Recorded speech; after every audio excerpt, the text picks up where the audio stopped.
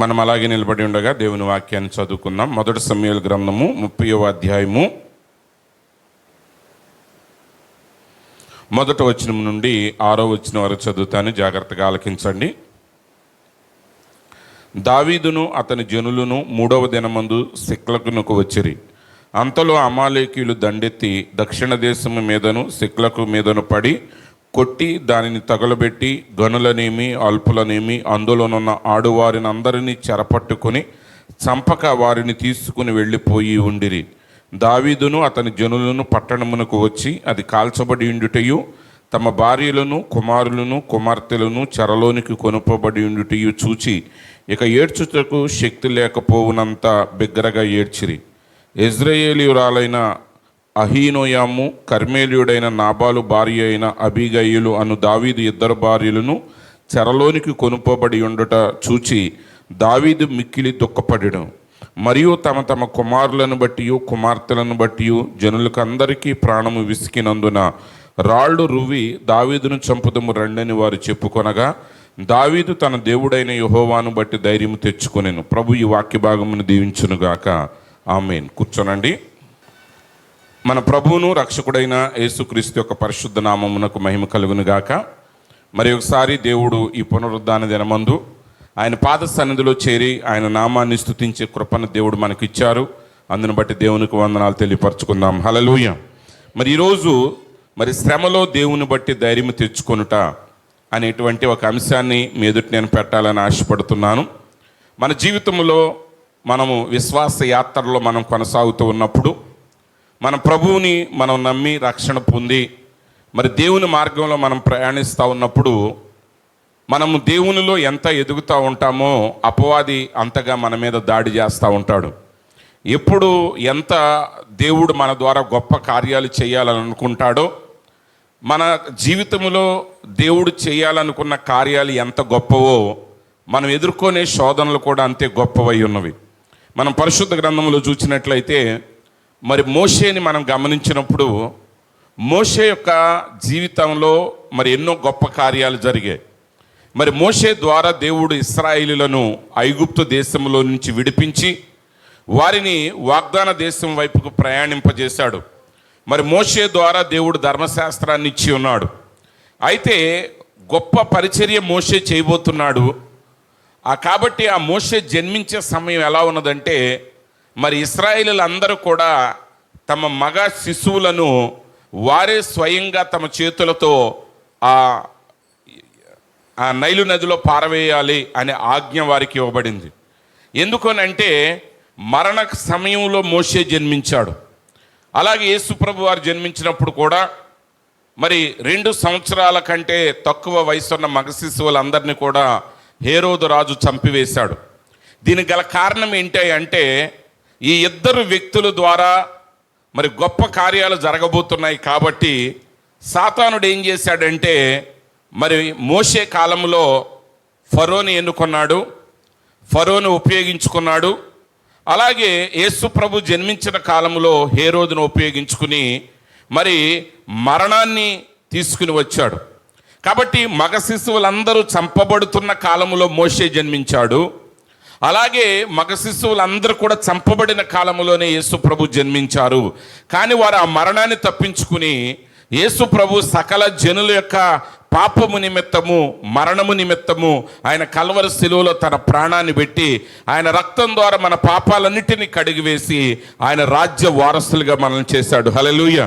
అలాగే మోషే కూడా ఇశ్రాయేలీయులను ఐగుప్తు దేశంలో నుంచి విడిపించాడు. దేవుని ధర్మశాస్త్రాన్ని తీసుకుని వచ్చాడు.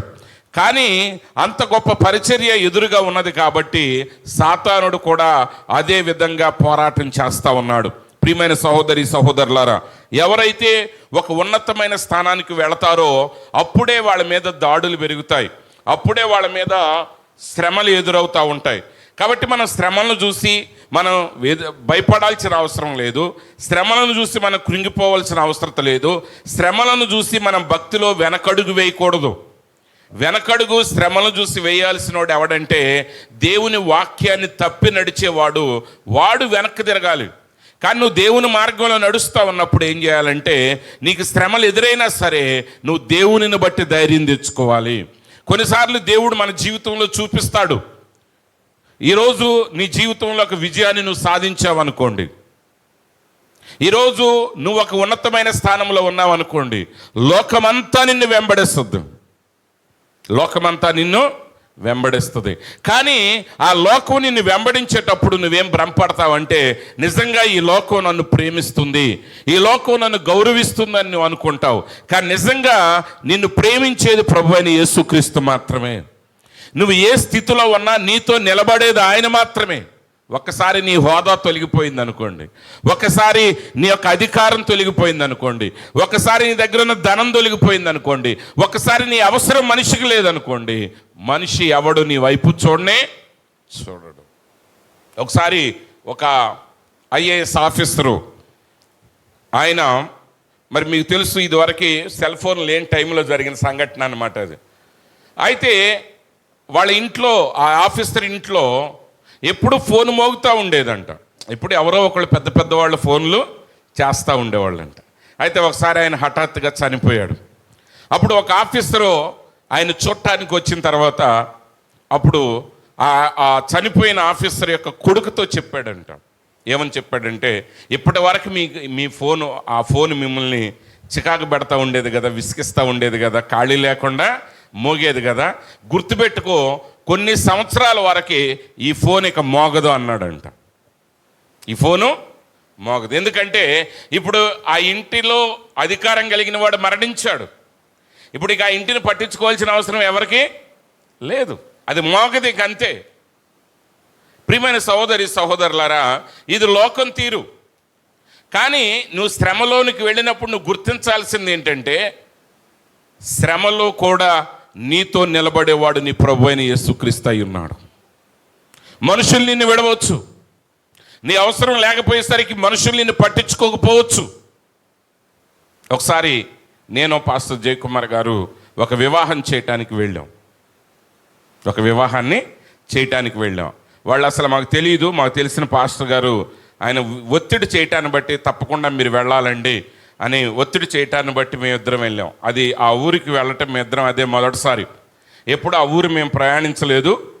అయితే ఆయన చెప్పారు, మీరు అక్కడ దిగ్గానే మిమ్మల్ని రిసీవ్ చేసుకుంటారండి, మీకేం ఇబ్బంది లేదు.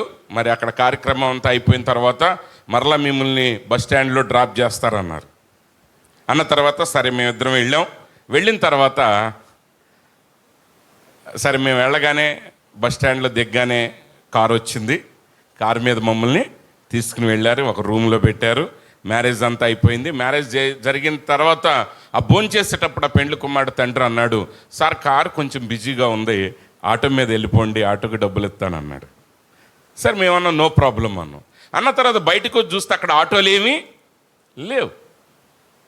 భోంచేసి బయటకు వచ్చిన తర్వాత ఆటోలు ఏమీ లేవు. సరే అటు ఇటు చూసి మళ్ళీ ఆ పెళ్లి కొడుకు తండ్రి వస్తుంటే ఆటోలు కూడా ఇక్కడ లేవు కదండి అంటే, ఆయన అసలు మా ముఖం వెంక కూడా చూడకుండా వెళ్ళిపోయాడు. ఎందుకంటే ఇంకా పెళ్ళి అయిపోయిన తర్వాత ఇప్పుడు ఈయనకి నమస్కారం పెడతాం కూడా దండగే. అంటే నీకు కొన్నిసార్లు ఆ మనిషి నిన్ను వెంబడించే దేనికో నీకు అర్థం కాకపోతే, ఆ మనిషి గౌరవాన్ని, ఆ మనిషి నీకు ఇచ్చేటువంటి మెచ్చుకోలునే ఏదో నువ్వు అనుకుని నువ్వు దేవుణ్ణి విడిచిపెట్టేవాడుగా మారిపోతావు. ఈరోజు అనేక మంది ప్రార్థనకు రాలేకపోవటానికి అనేక కారణాలు ఉంటాయి. ఈరోజు ఎవరో గృహప్రవేశం ఉందనుకోండి, అమ్మ నువ్వు లేకపోతే అసలు ఇది జరుగుద్దా అంటారు. అంతే, ఆమె ప్రార్థన మానేస్తుంది. ఎందుకంటే ఆమె లేకపోయినా దేవుడేమి కంగారు పడ్డాని. కానీ నీకు అర్థం కాని విషయం ఏంటంటే, నీ వలన రావాల్సింది అక్కడ రాలేని సమయం ఒకటి వచ్చినప్పుడు నువ్వు ఆ ఇంటికి వెళ్ళినా సరే నేను అంటారు, ఇప్పుడు ఎందుకు వచ్చావమ్మా, మాకు పని ఉంది, నువ్వు రేపు రమ్మంటారు. ఒక వ్యక్తి చెప్పాడు నాకు, ఆయన ఇంటికి పిలిచి ఆయనతో మాట్లాడి భోజనం టైం అయినప్పుడు అన్నాడంట, సరే మీరు వెళ్ళండి మేము భోజనం చేయాలన్నాడంట. అయితే అది పెద్ద విషయం కాదు. వాళ్ళు అంతకుముందు కొన్ని సంవత్సరాలు కలిసిమెలిసి ఒకే కంచంలో దీని ఒకే మంచంలో పడుకున్నంతగా స్నేహంగా ఉండేవాళ్ళు. కానీ ఒక సమయం వచ్చింది, ఆ వ్యక్తి యొక్క జీవితంలో కొన్ని ఆర్థిక పరమైన ఒడిదుడుకులు ఆయన ఎదుర్కొన్నాడు, కొన్ని నష్టాలు ఎదుర్కొన్నాడు. వెంటనే ఆయన దగ్గర ఉన్న స్నేహితులు వాళ్ళందరూ కూడా ఏమైపోయారు, పక్కకి వెళ్ళిపోయారు. కాబట్టి నువ్వు గుర్తించాల్సింది ఏంటంటే, నువ్వు ఏ స్థితిలో ఉన్నా నువ్వు గుర్తెరగాల్సింది దేవుణ్ణి, దేవుడు నీకు అప్పచెప్పిన పనిని. ఎవరిని గుర్తుపెట్టుకోవాలండి? దేవుడు నీకు ఏ పని అప్పచెప్పాడు అది గుర్తుపెట్టుకోవాలి. లేదంటే ఏమవుతుందంటే, మీకు తెలుసు కదా, నక్క పాట పాడమన్నసరికి కాకి పాడిందంట, దాని నోట్లో ఉన్న గారి ముక్క బయటికి వచ్చేసింది. ప్రియమైన సహోదరి సహోదరులారా, ఈరోజు మన శ్రమల గుండా మనం వెళుతూ ఉన్నప్పుడు మన స్పందన ఎలా ఉంది? యోబు గ్రంథంలో అంటాడు భక్తుడు, శ్రమ దినమున నీవు కృంగిన ఎడల నువ్వు చేతగాని వాడు వగుదువు. బైబిల్ గ్రంథం చెప్తుంది, యోసేపుని దేవుడు మరి ఆ సంఖ్యలతో బంధించినప్పుడు ఇనుము అతని హృదయాన్ని బాధించిందంట, కానీ ఆయన హృదయంలో చేదెక్కలేదంట. హల్లెలూయా.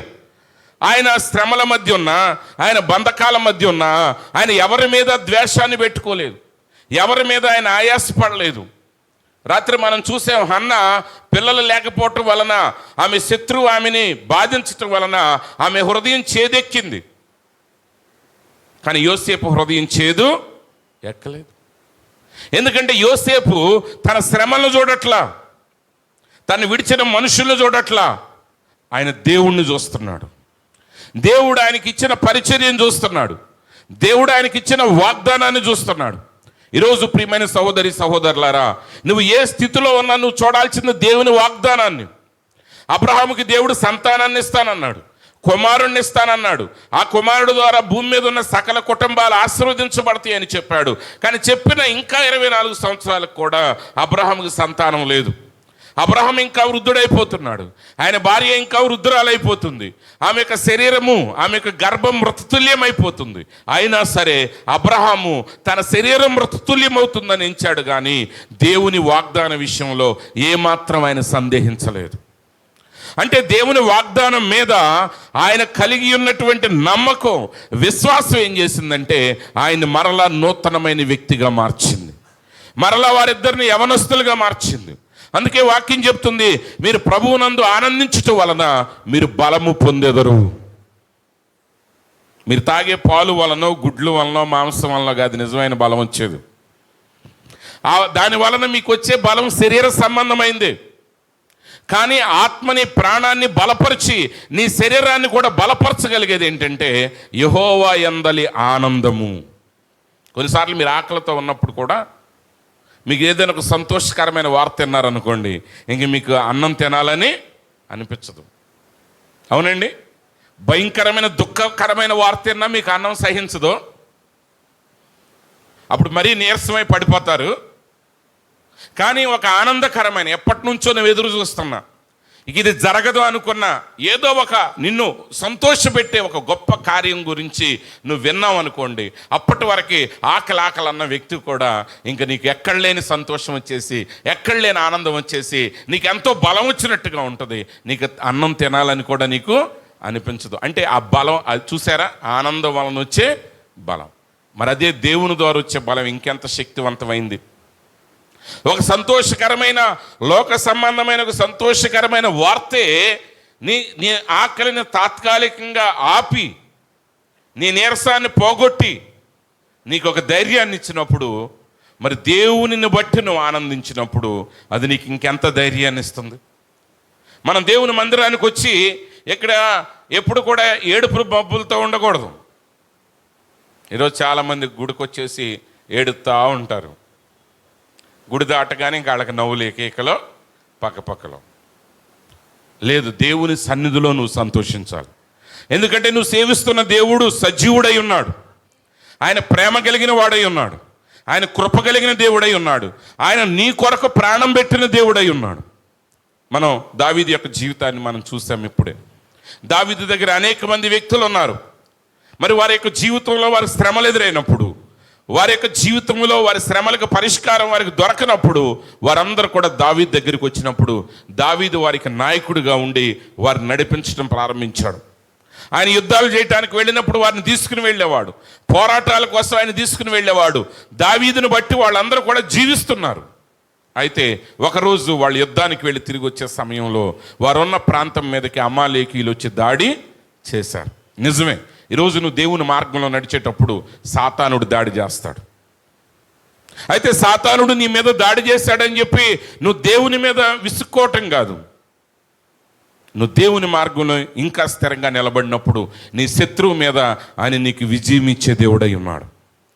ఇప్పుడు దావీదు తిరిగి వచ్చేసరికి ఆయనకు విన్న వార్త ఏంటంటే, దావీదు యొక్క భార్యలు, ఆయన కుమారులు కుమార్తెలు, ఆ దావీదు పక్కన ఉన్న సైనికులు లేకపోతే వీరుల యొక్క కుటుంబాలన్నీ కూడా కొల్లగొట్టబడ్డాయి.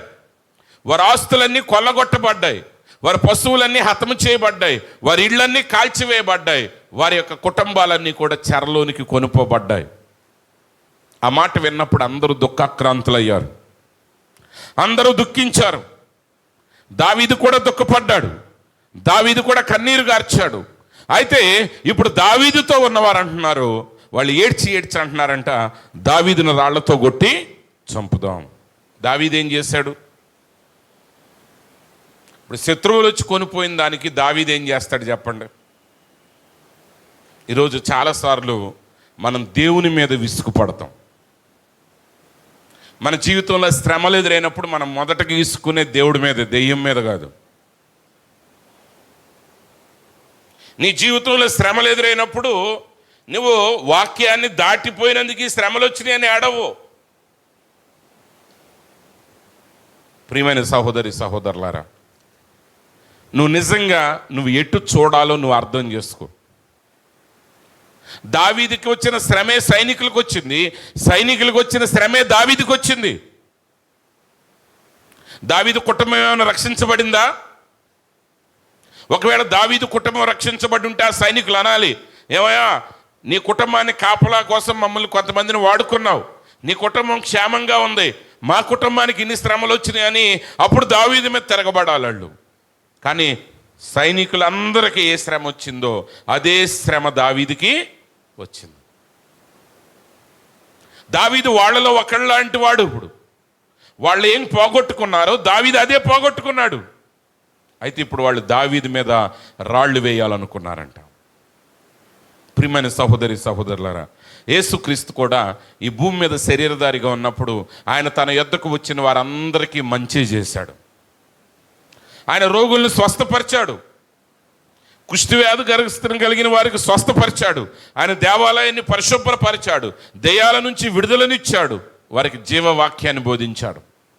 కానీ ప్రజలు ఏం చేశారంటే ఆయన్నే సిలువేయమని కేకలు వేశారు. అయితే ఆయన సిలువ వేయబడింది వాళ్ళు ఏదో కేకలు వేయటాన్ని బట్టి, రోమా ప్రభుత్వం యొక్క అధికారాన్ని బట్టి కాదు, కానీ నిన్ను నన్ను రక్షించటానికి, నిన్ను నన్ను విమోచించటానికి, నీ స్థానంలో నా స్థానంలో ఆయన స్వచ్ఛందంగా తనను తాను మరణానికి అప్పగించుకున్న దేవుడై ఉన్నాడు. ఈరోజు శ్రమల మధ్య నీ స్పందన దావీదు వలె ఉందా, దావీదు సైనికుల వలె ఉందా? ఒకటి గుర్తుపెట్టుకోండి, శ్రమలు మీకు ఎదురైనప్పుడు, కష్టాలు మీకు ఎదురైనప్పుడు, ఓటములు మీకు ఎదురైనప్పుడు, అప్పుడు ఖచ్చితంగా అప్పటి వరకు నోరు మూసుకున్న గొంతులన్నీ లెగుస్తాయి. అవి లేవాలి కూడా. అవి లేస్తేనే నీ పొరపాట్లు ఏంటో నీకు అర్థమవుతాయి. అది లేస్తేనే నీ పక్కన ఉన్నది ఎవరో నీకు అర్థమవుద్ది. ఒకవేళ దావీదు అనుకోవచ్చు, నా పక్కన 400 మంది యోధులు ఉన్నారులే, నన్ను వెంబడించేవాళ్ళు అనుకోవచ్చు. కానీ ఒక్క శ్రమ రాగానే దావీదు పక్కన ఉన్నవాళ్ళు ఎంతమంది అనేది బయటికి తేలిపోయింది. ఇప్పుడు దావీదుకి సహాయం చేయట్లేదు వాళ్ళు, దావీదుని చంపాలనుకున్నారు. ఏమనుకున్నారండి? దావీదుని చంపాలనుకున్నారు. దావీదు సమస్తాన్ని కోల్పోవటమే కాదు, తన చుట్టూ ఉన్న మనుషుల యొక్క అభిమానాన్ని, ప్రేమను కూడా దావీదు కోల్పోయాడు. అయితే బైబిల్ చెప్తుంది, వారు అలా చెప్పుకుని ఉండగా వాళ్ళు ఏం చెప్తున్నారంటే దావీదుని రాళ్లతో కొట్టి చంపుదాం. ఒకవేళ ఎవడైనా మనల్ని చంపడానికి వస్తున్నాడనే వార్త మనకు తెలిస్తే మన పరిస్థితి ఎలా ఉంటుందండి? ఏమో ఇక్కడున్న మనకి ఎవరికి ఆ పరిస్థితి ఎదురుగాలేదు, కానీ అది చాలా భయంకరమైన స్థితి. ఒకవేళ డాక్టర్ గారు ఇంక 2 రోజుల కంటే ఎక్కువ బ్రతకడంటే పరిస్థితి ఎలా ఉంటుంది? ఇక అవకాశం లేదనే పరిస్థితి ఎలా ఉంటుంది? తన చుట్టూ ఉన్న వాళ్ళే దావీదుని చంపడానికి చూస్తున్న సమయంలో బైబిల్ చెప్తా ఉంది, ఆ మాటలు వింటున్న దావీదు ఏం చేశాడంటే, అయ్యో నేను వీళ్ళకి ఎంత చేశానే, నన్నే చంపటానికి వీళ్ళు బయలుదేరారు, నా జీవితం అంతా వృధానే, నా వ్యర్థమేనని అనుకోలేదు. కానీ దావీదు తన దేవుడైన యెహోవాను బట్టి ధైర్యం తెచ్చుకున్నాడంట. ఇప్పుడు దావీదుని ధైర్యపరిచిన వాళ్ళు ఎవరు లేరు. ఈరోజు నీ ఆధ్యాత్మిక జీవితంలో అనేక సార్లు మీ ప్రయాణంలో కొన్నిసార్లు ఎవరు ప్రోత్సహించేవారు ఉండకపోవచ్చు. ఎందుకంటే మంచి ప్రోత్సహించేవారు ఎవరో ఉండరు.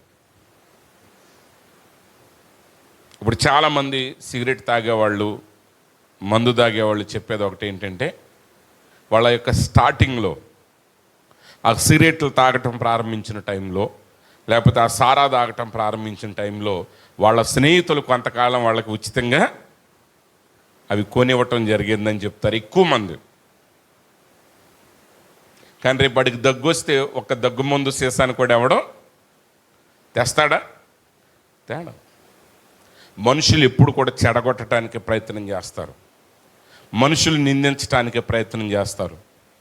కానీ ప్రియమైన సహోదరి సహోదరుడా, నువ్వు చూడాల్సింది దేవుడు నీకు ఇచ్చిన వాగ్దానాన్ని, దేవుని వాక్యాన్ని నువ్వు చూడాలి. మన ధైర్యం లోకంలో ఉన్న సంపద కాదు, మన ధైర్యం మన చుట్టూ ఉన్న మనుషులు కాదు, మన ధైర్యం దేవుడై ఉన్నాడు. మన ధైర్యం ఎవరండి? దేవుడై ఉన్నాడు. అది నిజమైన విశ్వాస యొక్క లక్షణం. దావీదు ఎందుకు అంత మహా గొప్ప ప్రవక్తగా వాడబడ్డాడు? నిజానికి దావీదు ఒక గొర్రెల కాపరిగా జీవించాడు, దావీదు ఒక సైనికుడిగా జీవించాడు, దావీదు ఒక రాజుగా జీవించాడు, ఒక చక్రవర్తిగా జీవించాడు.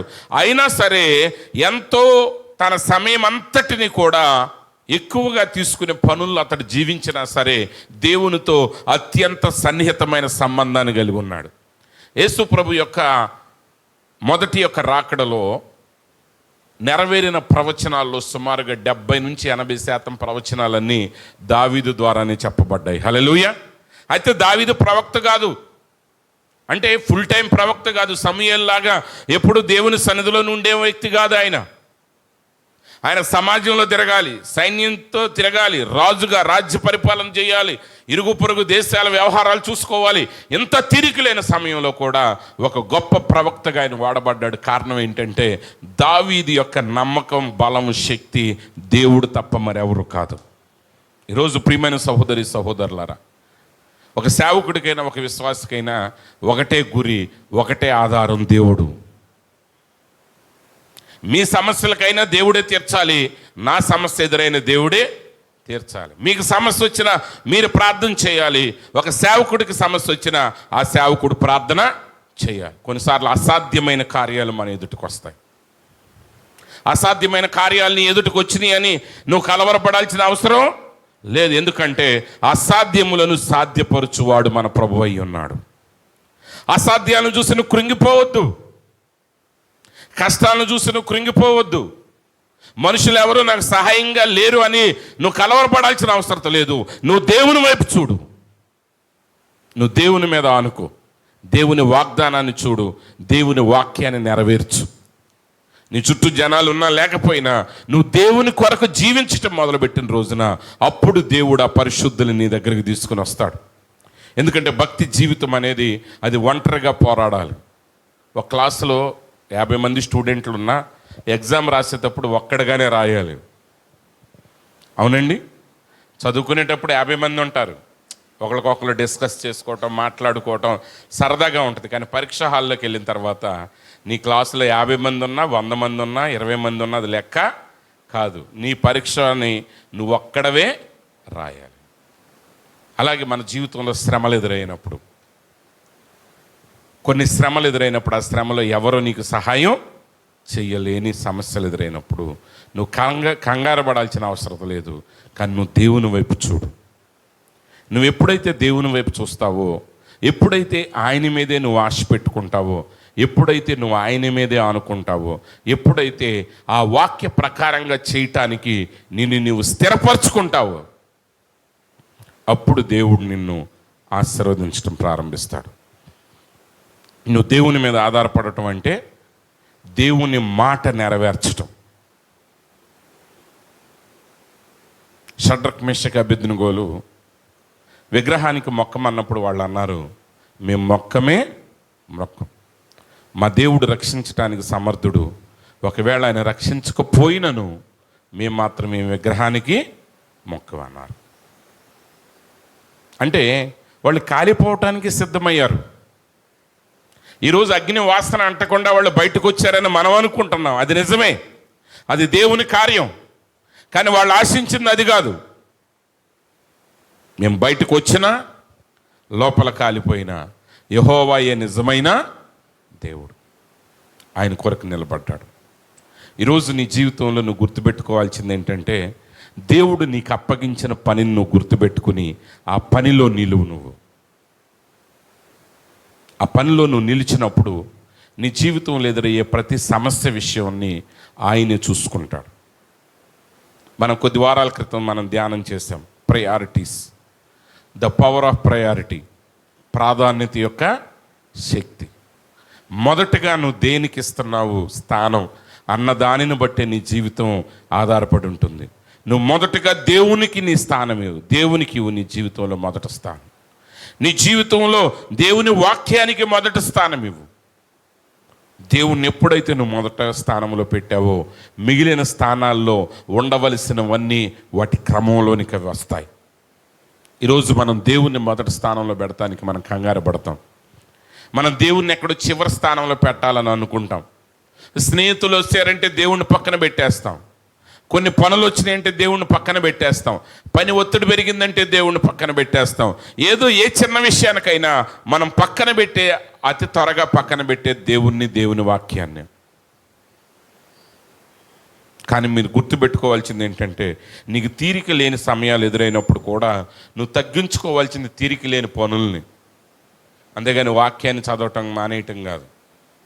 నువ్వు రోజు ఒక అరగంట సమయాన్ని వాక్యం చదవటానికి, ప్రార్థన కోసం నువ్వు కేటాయించావనుకోండి, ఈరోజు పని ఎక్కువ ఉందని చెప్పి నువ్వు ఆ అరగంట సమయాన్ని కూడా తీసి పక్కన పెట్టడం కాదు. కానీ నీకు కుదరనప్పుడు ఆ రోజు పనినే వాయిదా వేయాలి.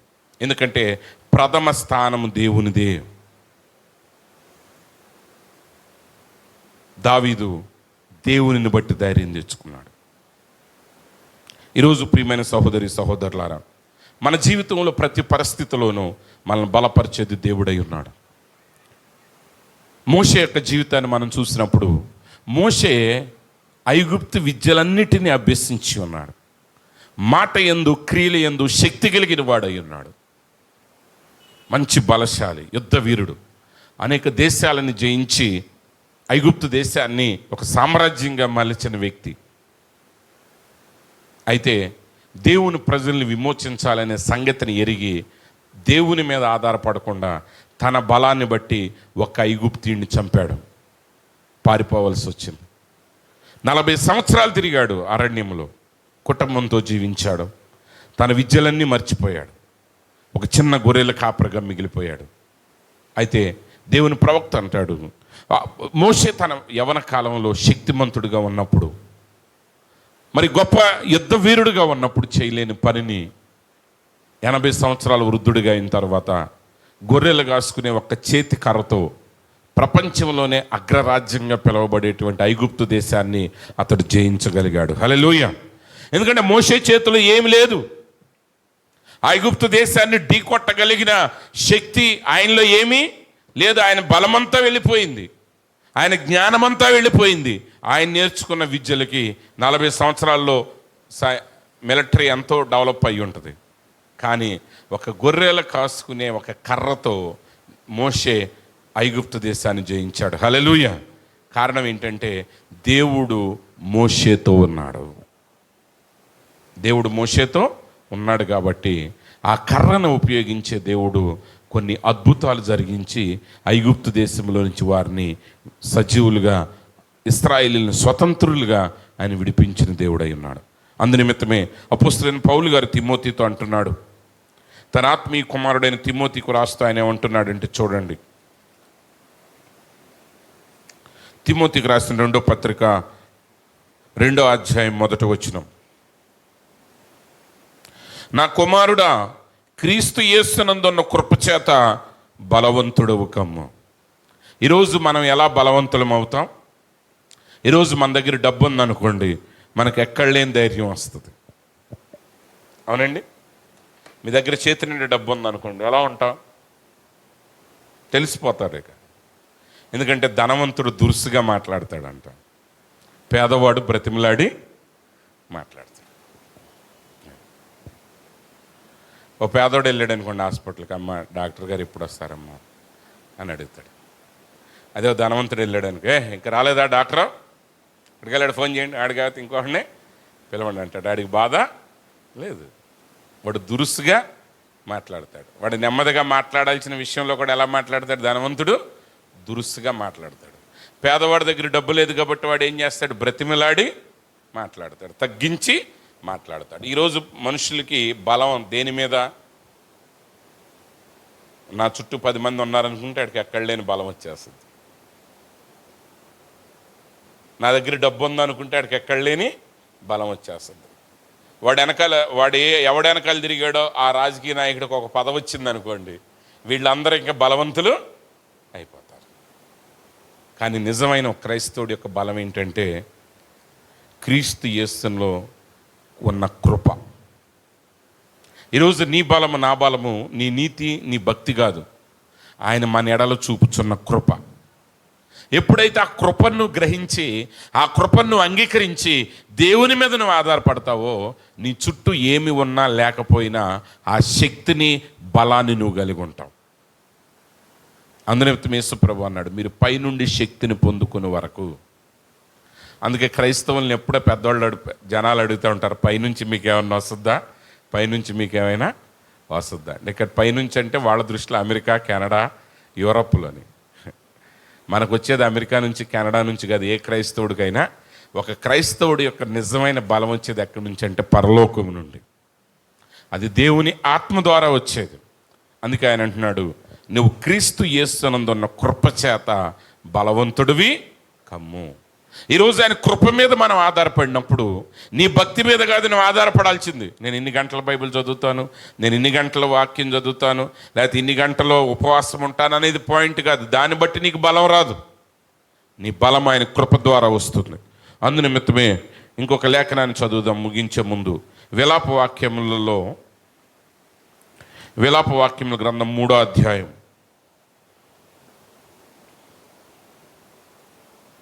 17వ వచనం చదువుతాను జాగ్రత్తగానండి. విలాప వాక్యముల గ్రంథం 3వ అధ్యాయం 17వ వచనం. నెమ్మదికిని నాకును ఆయన బహుదూరము చేసి ఉన్నాడు. అంటే ఇంకా చాలా ఉన్నాయి. ఆ భక్తుడి యొక్క జీవితంలో ఆయన ఉన్న శ్రమలు ఎలాంటివంటే నెమ్మది ఆయనకి దూరంగా ఉందంట. అంటే ఆయన జీవితంలో నెమ్మది అనేది లేదు, సమాధానం అనేది లేదు. మేలు ఎట్టిదో నేను మరిచి ఉన్నాను. అసలు ఆయన గుర్తుకోడు లేదు ఆయన జీవితంలో జరిగిన మేలు. అసలు మేలంటే ఏంటో కూడా తెలియదు. ఆయన తెలిసినంత కష్టాలు, కన్నీళ్ళు, శ్రమలు, దుఃఖమే. అయితే ఆయన ఒక మాట అంటాడు చూడండి, నాకు బలము ఉడిగెను అనుకుంటుని, యెహోవా యందు నాకు ఇక ఆశలు లేవనుకుంటుని, నా శ్రమను నా దురవస్థను నేను త్రాగిన మాచిపత్రిని చేదును జ్ఞాపకము చేసుకును. ఎడతెగక నా ఆత్మ వాటిని జ్ఞాపకం చేసుకుని నాలో కృంగి ఉన్నది. అది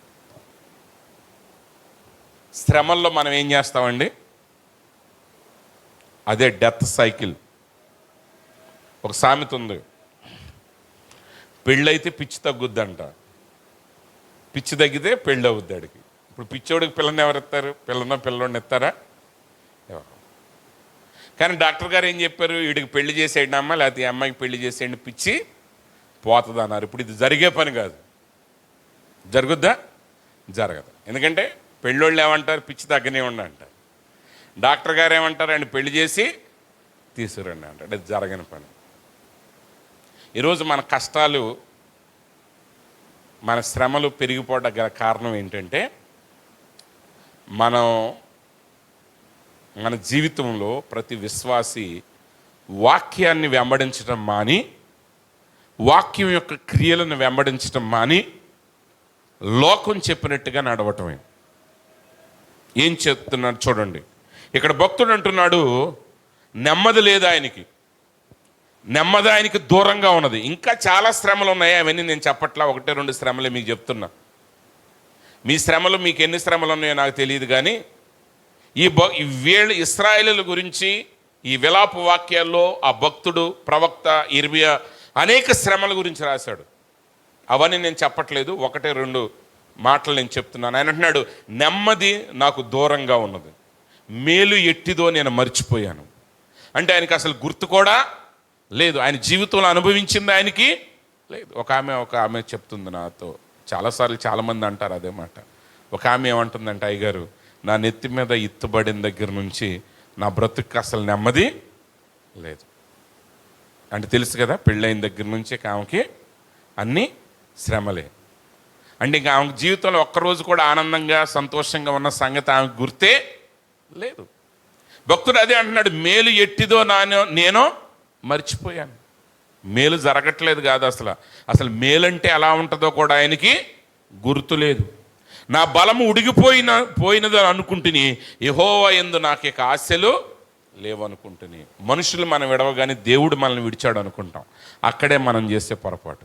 విడిచింది మనుషులు, దేవుడు కాదు. దావీదు చుట్టూ ఉన్న వాళ్ళందరూ దావీదుని చంపాలనుకున్నారు, కానీ దేవుడు కాదు. ఎందుకంటే దేవుడు దావీదుని రాజుగా అభిషేకించాడు. హల్లెలూయా. ఆయన రాజు అయ్యే వరకే ఆయన ఆపగలిగిన వారు ఎవరో లేరు. ఆయన అంటున్నాడు, నా శ్రమను, నా దురవస్థను, నేను త్రాగిన మాచిపత్రిని, చేదును జ్ఞాపకం చేసుకొనుము. దేవుడితో అంటున్నాడు ఈయన, అయ్యా నా బాధలన్నీ, నా శ్రమ, నా దురవస్థ, నేను త్రాగిన మాచిపత్రి, చేదు జ్ఞాపకం చేసుకో. ఎందుకు జ్ఞాపకం చేసుకోవాలంటే, ఎడతెగక నా ఆత్మ వాటిని జ్ఞాపకము చేసుకుని నాలో కృంగి ఉన్నది. అది మనం ఏం చేస్తాం, ఎన్నిసార్లైనా జ్ఞాపకం చేసుకుంటాం వీటిని. ఎవరైనా తిట్టారనుకోండి, తిట్టినోడు మర్చిపోతాడు, మనకు మాత్రం రాత్రింబగళ్ళలో అదట్టంది, ఆడట్టన్నాడు, అదట్టంది, ఆడట్టన్నాడు. ఇక అంతే. నువ్వు ఏది జ్ఞాపకం చేసుకోవాలి?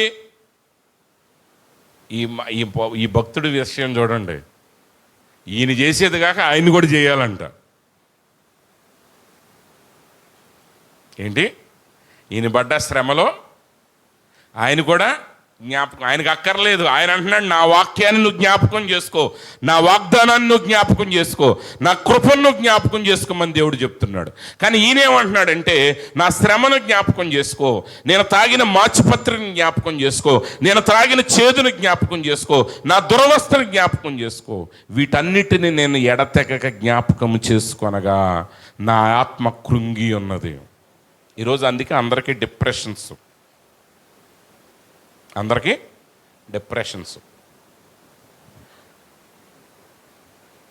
అమెరికా, యూరోప్ లాంటి దేశాల్లో పారిశ్రామికంగా చాలా విప్లవాన్ని సాధించి చాలా ధనవంతులు అయ్యారు వాళ్ళు. ఆ దేశంలో పిచ్చి హాస్పిటల్కి వెళ్తాం అనేది మామూలు విషయం. మన దేశంలో పిచ్చి హాస్పిటల్కి వెళ్ళాడంటే భయంకరమైన విషయం. మన దేశంలో, వాళ్ళ దేశంలో పిచ్చి రావటం, మనకు అప్పుడప్పుడు జ్వరం, మలేరియా, టైఫాయిడ్లు రావటం ఎట్టకామను, అక్కడ అందరికీ పిచ్చి వస్తుంది అనమాట. ఇప్పుడు ఆ పిచ్చి మనోళ్ళకి కూడా వస్తుంది. ఇంకా అది పిచ్చిలాగా వెళ్ళలేదు, ప్రస్తుతానికి డిప్రెషన్లో ఉన్నారు. ఎవరిని గదిపినా డిప్రెషను, కుంగిపోవటం. శ్రమలు లేవని అనట్లేదా? అంటలా, శ్రమలు ఉన్నాయి. కానీ నిజంగా మన పూర్వీకులు పడ్డ శ్రమల కంటే కష్టాలా మనం పడే శ్రమలు? చెప్పండి. ఈరోజు చెప్పాలంటే మీ ఇళ్లల్లో ఉన్న సౌకర్యాలు రాజుల ఇళ్లలో కూడా లేవు. ఒకప్పుడు 150 ఏళ్ల క్రితం వెళ్తే ఉన్నాయండి. రాజుగారి ఇంట్లో అప్పుడు హీటర్ ఉండేదా? ఆ రోజుల్లో హీటర్ ఉండేదా రాజుగారి ఇళ్లలో? ఉండేది కాదు. అయితే వాళ్ళు వేడి నీళ్ళే స్నానం చేసేవాళ్ళు అనుకోండి, కొండలతో పనులు చేసేవాళ్ళు. చెప్తున్నా అంటే మీకున్న సౌకర్యాలు వాళ్ళ జీవితాల్లో కూడా లేని సౌకర్యాలు మనకున్నాయి. అలాగే శ్రమలు కూడా ఉన్నాయి, కాదనట్లా. కానీ అన్నిటికంటే ముఖ్యం, ఈరోజు వాక్యం బయలుపడిన కాలంలో మనం ఉన్నాం. ఇప్పుడు మనం ఏం జ్ఞాపకం చేసుకోవాలి? ఆయన ఎడతెగక జ్ఞాపకం చేసుకుని కృంగిపోయాడు. ఈరోజు మనం కృంగిపోవటానికి కారణం ఏంటంటే, మనం జ్ఞాపకం చేసుకోవాల్సింది జ్ఞాపకం చేసుకోవట్లా. మన మనస్సులో జ్ఞాపకం చేసుకుంటున్నాం. ఏం జ్ఞాపకం చేసుకుంటున్నాం? మన శ్రమలు జ్ఞాపకం చేసుకుంటున్నాం, మన కష్టాలు జ్ఞాపకం చేసుకుంటున్నాం, మన మనుషుల్ని జ్ఞాపకం చేసుకుంటున్నాం. అందుకంటే ఎడతెగక నా ఆత్మ వాటిని జ్ఞాపకం చేసుకుని నాలో కృంగి ఉన్నది, అది నీకు ఇంకనూ జ్ఞాపకం ఉన్నది కదా, నేను దీని జ్ఞాపకం చేసుకొనగా నాకు ఆశ పుట్టుచున్నది. ఆమేన్. వీటన్నిటి మధ్య ఈయన గారు రోజు ఆలోచించుకుని కష్టాలు, శ్రమలు, దుఃఖాలు ఆలోచించి కృంగిపోతూ ఉన్నాడు. అయితే సడన్గా ఆయనకు ఒక్క సంగతి జ్ఞాపకం వచ్చిందంట. హల్లెలూయా. ఆ సంగతి జ్ఞాపకం రాగానే నాకు ఆశ పుట్టుచున్నది, యెహోవా వాత్సల్యత ఎడతెగక నిలుచున్నది గనుక మనము నిర్మూలము కాకున్న వారము. అనుదినము నూతనముగా ఆయనకు వాత్సల్యత పుట్టుచున్నది, నువ్వు ఎంతైనా నమ్మదగిన వాడవు. అంటే నీ శ్రమల గురించే నువ్వు ఆలోచిస్తూ ఉంటే నువ్వు ఇంకా కృంగిపోతావు. అక్కర్లేని వాటిని జ్ఞాపకం పెట్టుకోమాకండి. అయ్యగారు ఇది ఎలా సాధ్యమని మీరు అడగొచ్చు. అది నేను చెప్పేది కాదు. నేను డైరెక్ట్గా చెప్తే మీకు అర్థమయ్యే లెక్క అయితే నేను ప్రపంచంలో ఉన్న డిప్రెషన్లో ఉన్న వాళ్ళందరినీ బాగు చేయగలను. కానీ మార్గం చెప్తున్నాను ఏంటంటే, మీరు దేవుని సన్నిధిలోనికి రండి. మీరు దేవుని సన్నిధికి వచ్చిన ప్రతిసారి ఆ మందిరంలో అడుగు పెడుతున్నప్పుడే నువ్వు నీ జీవితాన్ని మర్చిపో, నీ కష్టాలు మర్చిపో. నువ్వు దేవుని సన్నిధిలోనికి రాగానే నువ్వు ఆయన సంతోషంతో ఆయన స్తుతించు, ఆరాధించు. ఇక్కడికి వచ్చి మొఖాలన్నీ ఆలాడేస్తారు అనమాట. అంటే ఇంగ్లీష్ వాళ్ళు అంటారు 6 o'clock ఫేస్ పెట్టారని. 6 o'clock ఫేస్ అంటే అర్థం ఏంటంటే 6 గంటలకి ఎలా ఉంటుంది, ఒక ముళ్ళు కిందకి ఒక ముళ్ళు కరెక్ట్గా పైకి ఉంటుంది అనమాట. అంటే సాగ తీసుకుని ఉంటారు.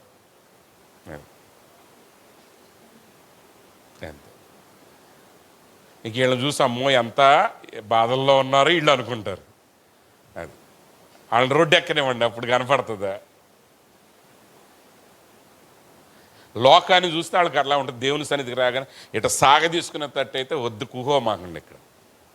ఇక్కడికి వచ్చినప్పుడు నువ్వు చేయాల్సింది ఏంటంటే ఆయన సంతోషంతో సేవించాలి, ఆయన ఆరాధించాలి. శ్రమలను పక్కన పెట్టండి. నువ్వు ఎప్పుడైతే దేవుని స్తుతించి ఆరాధిస్తున్నావో ఏం జరుగుతుందంటే నీకు బలము కలుగుతుంది. ఇప్పుడు ఆ భక్తుడు శ్రమల గురించి ఆలోచించినంతకాలం కృంగిపోయాడు. కానీ వెంటనే అకస్మాత్తుగా దేవుడు ఆయనకు ఒక విషయాన్ని జ్ఞాపకం చేశాడు. అదేంటంటే దేవుడు నమ్మదగిన వాడు. నువ్వు శ్రమల్లో ఉన్నా సరే ఆ శ్రమల్లో నువ్వు ఎందుకు నాశనం కాలేదంటే ఆయన వాత్సల్యత ఎడతెగక నీ మీద నిలిచి ఉంది. అంటే నువ్వు వాక్యానికి వ్యతిరేకంగా ఆలోచిస్తున్నా, నువ్వు కృంగిపోతున్నా, ఆయన ఇంకా నీ మీద కరుణించాడు కాబట్టి ఈడియాలు ఇంకా ఈ రోజు కాకపోయినా ఈ రోజైనా వాక్యాన్ని జ్ఞాపకం చేసుకుంటాడు. ఈ అమ్మాయి ఈ రోజు కాకపోయినా రేపైన వాక్యాన్ని జ్ఞాపకం చేసుకుని బలం తెచ్చుకుంటుందని ఆయన ఎదురు చూస్తుంటే వీళ్ళు ఇంకా ప్రభువా ఎన్ని రోజుల నుంచి ఏడుతున్నాను అనుకున్నాను, 6 రోజుల నుంచి ఏడుతున్నాను ప్రభువా, రోజు గంట ఏడిచాను ప్రభువా, మొన్న అయితే 3 సార్లు ఏడ్చాను ప్రభువా అని ఆయన జ్ఞాపకం చేస్తారు. కానీ ఆయన అంటున్నాడు, ఇదిగో నేను మరణించి ఉన్నాను కానీ నేను సజీవుడనైతిని, యుగ యుగములకు జీవించుతున్నాను. ఆయన కృప నిలిచి ఉన్నది నీ మీద. నువ్వు అది జ్ఞాపకం చేసుకోవాలి. నీ పేదరికాన్ని కాదు నువ్వు జ్ఞాపకం చేసుకోవాల్సింది, నీకున్న బంధకాలను కాదు నువ్వు జ్ఞాపకం చేసుకోవాల్సింది, నీ చుట్టూ మనుషులు ఎంతమంది నీకు శత్రువులు అయ్యారు అన్నది కాదు, ఎంతమంది నేను విడిచిపోయారు అన్నది కాదు నువ్వు జ్ఞాపకం చేసుకోవాల్సింది, దేవుడు ఏమై ఉన్నాడో నువ్వు జ్ఞాపకం చేసుకోవాలి. అప్పుడు నీకు ఆశ పుడుతుంది. నువ్వు లోకాన్ని చూసినంతకాలం ఇంకా దిగిపోతానే ఉంటావు. ఊబిలో పడ్డావాడంట, వాడు ఎంత ప్రయత్నం చేస్తే అంత లోపలికి వెళ్తాడంట. వాడు బయటికి రావాలంటే ఒకే ఒక మార్గం, వాడు ఏమి చేయకుండా అట్టగా ఉండాలంట. ఊబిలో పడ్డవాడు ఏం చేయాలండి? అలాగే ఉండాలి, కదలకుండా ఉండాలి. అప్పుడు వేరే వాడు వచ్చాడు పైకి లాగుతాడు. అలాగే ఈరోజు మనం పైకి లేవనెత్తేవాడు మన ప్రభువైన యేసుక్రీస్తు. ఆయన అంటాడు, జిగటగల దొంగ ఊబిలో నుండి ఆయనను లేవనెత్తి బండ మీద నా అడుగులు స్థిరపరిచి ఉన్నాడు. ఈ జిగటగల దొంగ ఊబి మరేదో కాదు, అదే డిప్రెషన్. అదే డిప్రెషన్. ఎప్పుడు బాధలు, సమస్యలు, కూర్చున్న కాడి నుంచి అన్నీ ఎవరో ఒకళ్ళు తిట్టింది గుర్తొస్తుంది నీకు. ఆలోచించలోపు ఇంకొకళ్ళు తిట్టింది కూడా గుర్తొస్తుంది నీకు. ఇంకా ఆలోచించి కొంతమందికి ఏకంగా అసలు వాళ్ళు చిన్నప్పుడు 2 సంవత్సరాలప్పుడు తిట్టింది కూడా గుర్తొస్తుంది కొంతమందికి. అది జిగటగల దొంగ ఊపి. నువ్వు ఆలోచించినంత మాత్రం చేత ఏమీ బయటికి రాలేవు. కానీ నువ్వు గుర్తుపెట్టుకోవాల్సింది ఏంటంటే యెహోవాను జ్ఞాపకం చేసుకోవాలి, ఆయన వాక్యాన్ని జ్ఞాపకం చేసుకోవాలి, ఆయన కృపను నువ్వు జ్ఞాపకం చేసుకోవాలి. ఎప్పుడైతే ఆ భక్తుడు ఆ శ్రమల మధ్య కృంగుదలలో దేవుణ్ణి జ్ఞాపకం చేసుకున్నాడు, ఆయన అనుకున్నాడు, నిజంగా నేను ఈ శ్రమల మధ్య కూడా నిలబడ్డానంటే ఆయన వాత్సల్యత. ఈ శ్రమల్లో కూడా ఆయన నన్ను ప్రాణాలతో ఉంచాడు. ఈరోజు ఆయన ఎంతైనా నమ్మదగిన దేవుడై ఉన్నాడు, ఆయన నన్ను లేవనెత్తుతాడని నమ్మాడు. అలాగే ఇశ్రాయేలీయులను 70 సంవత్సరాల తర్వాత దేవుడు బానిసత్వంలో నుంచి మరలా వారికి విమోచన ఇచ్చాడు. కాబట్టి ప్రియమైన సహోదరి సహోదరులారా, ఎత్తబడి కొరకు మనం ప్రయాణం చేస్తూ ఉన్నప్పుడు, వాక్యం కొరకు మనం జీవిస్తూ ఉన్నప్పుడు, మన జీవితంలో ఎన్ని శ్రమలు, ఇరుకులు, ఇబ్బందులు రావచ్చు, రాకపోవచ్చు, కానీ ఏ స్థితిలోనైనా నువ్వు దేవుని మీద ఆనుకో. ప్రతి సమస్య నుంచి ఆయన నిన్ను విడిపించి నిన్ను ఆయన పక్షంగా ఒక విజయవంతమైన వ్యక్తిగా నిన్ను నిలబెడతాడు. అలాంటి కృప ప్రభు మీ అందరికీ అనుగ్రహించునుగాక. ఆమేన్. తలలు వంచండి, ప్రార్థన చేసుకుందాం. పరిశుద్ధుడా, మహోన్నతుడా, సర్వాధికారి యేసు ప్రభువా, నీ పరిశుద్ధమైన నామానికి స్తోత్రాలు తండ్రి. అవును ప్రభువా, దావీదు చుట్టూ ఉన్నవారే ఆయన్ని చంపాలనుకున్న సమయంలో నిన్ను బట్టి అతడు ధైర్యం తెచ్చుకున్నాడు. ప్రభువా, ఈరోజు నాయన మా జీవితంలో ఏ పరిస్థితుల మధ్య అయినా నిన్ను చూసి ప్రభువా ధైర్యం తెచ్చుకునే కృపను మాకు అనుగ్రహించండి. ఎందుకంటే మా కొరకు నువ్వు ప్రాణం పెట్టావు ప్రభువా. మీరు కార్చిన రక్తం ద్వారా ప్రభువా, ధర్మశాస్త్రంలో మాకు వ్యతిరేకంగా ఉన్న వాటన్నిటినీ మీరు కొట్టివేశారు తండ్రి, వాటిని నెరవేర్చారు ప్రభువా. మీరు మరణము నుంచి తిరిగి లేచి మమ్మల్ని నీతిమంతులుగా మార్చిన దేవా, నీకే వందనాలు, స్తోత్రాలు తెలియపరుస్తున్నాం. ఈ వాక్యం విన్న ప్రతి బిడ్డను కూడా మీరు దర్శించండి. వారు ఏ స్థితిలో ఉన్నా తండ్రి, శ్రమలను కాదు వారు ధ్యానం చేయాల్సింది, నీ వాక్యాన్ని ధ్యానం చేసి ఆశ కలిగిన ఆయన ఆ ధైర్యముతో విజయాన్ని వారు పొందుకునే కృపను అనుగ్రహించమని యేసుక్రీస్తు పరిశుద్ధ నామములో ప్రార్థిస్తున్నాం తండ్రి. ఆమేన్.